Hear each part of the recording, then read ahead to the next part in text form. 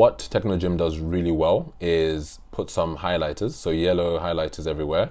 And these highlighters are where you can actually make the adjustments on the machine itself. So you've got the handle, you've got one by the foot placement, and you've also got one where you're sat as well. So you can actually adjust the seat. Now, here I am adjusting the seat for you guys just to show you how to do it. Usually what I do is I put one hand on the handle and I do it from there. And here's the pin as well. So if you want to change the weight, if it's too light or too heavy, you can do it from there.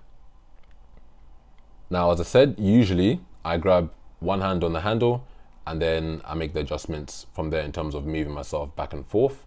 What you want to do as well with this is you want to make sure that you're nice and straight. You want to make sure that the foot handle is, well, by your feet, I guess. And you want to make sure you've got a nice tight angle as well so that you can actually complete the full movement properly. Get that nice full extension and flexion.